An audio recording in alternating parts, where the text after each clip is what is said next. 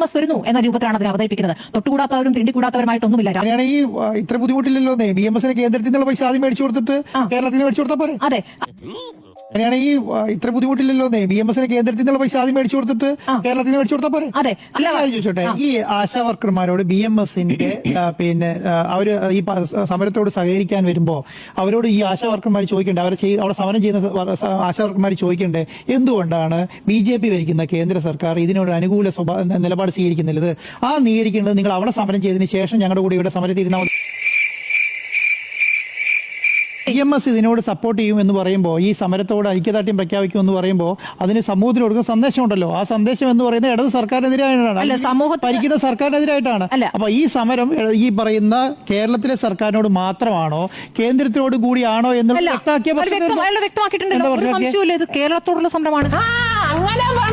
സംസ്ഥാനങ്ങളിൽ ആശാവർക്കർമാരുടെ ജോലി വ്യത്യാസമുണ്ട്. അതിനകത്ത് വേറെ പ്രശ്നമുണ്ട് സ്മൃതി. അതല്ല, അതിനകത്തൊരു കാര്യം, ഉത്തർപ്രദേശിലെയും മഹാരാഷ്ട്രയിലെയും ഒക്കെ ആശാവർക്കർമാരുടെ ജോലി എന്ന് പറയുന്നത് കേരളവുമായി ബന്ധപ്പെട്ട് കുറച്ചുകൂടി കഠിനമാണ്. അതിന്റെ കാര്യം ഞാൻ പറഞ്ഞുതരാം.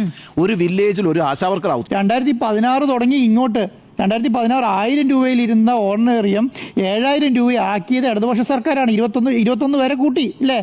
അത്രയും പൈസ കൂട്ടിക്കൊടുക്കുന്ന സമയത്ത് കേന്ദ്രം സഹകരിക്കാതെ ഇത്രയും വലിയൊരു ബാധ്യത കേരള സർക്കാർ മാത്രം എടുത്തു. ഇത് ഇന്നും നാളെയും കൊടുത്താൽ പോരല്ലോ.